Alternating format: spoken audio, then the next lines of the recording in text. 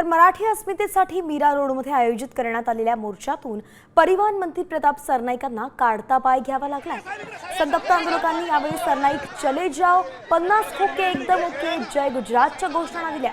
मराठी माणसाच्या संतापामुळे अखेर प्रताप सरनाईकांना मराठी मोर्चातून पोलीस संरक्षणात बाहेर पडावं लागलं आणि यावेळी त्यांनी आपण नेहमीच मीरा रोडमधील माणसाच्या बाजूने असल्याची प्रतिक्रिया दिली। दरम्यान ठाकरे गटाचे नेते राजन विचारेंनी सुद्धा सरनाईकांवरती निशाणा साधला। पाहूया।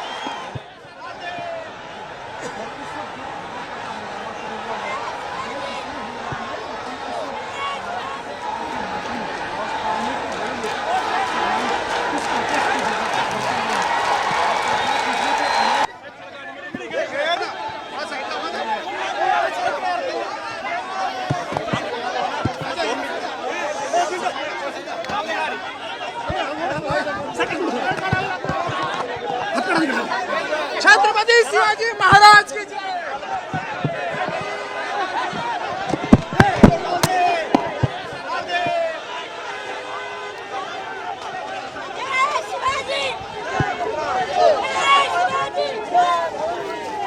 तुम्ही आल्या जय गुजरातच्या घोषणा पण इथे बघा, राजकारणाच्या ठिकाणी पण माझ्यासोबत जे मराठी एकीकरण समितीचे अध्यक्ष गोवर्धन देशमुख आहेत, त्यामुळे बाकीच्यांना काय राजकारण करायचं ते करू द्या।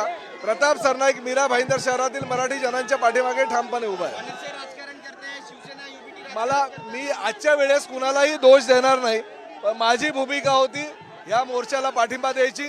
मी ताबडतोब मुख्यमंत्र्यांना सुद्धा सांगितलंय की कुठल्याही परिस्थितीमध्ये ज्या पद्धतीनं डीसीपी प्रकाश गायकवाड यांनी बेकायदेशीरित्या आमच्या मराठी कार्यकर्त्यांना, मराठी एकीकरण समितीच्या लोकांना अटक केलेली आहे, त्याचा निषेध व्यक्त करण्यासाठी मी आलो।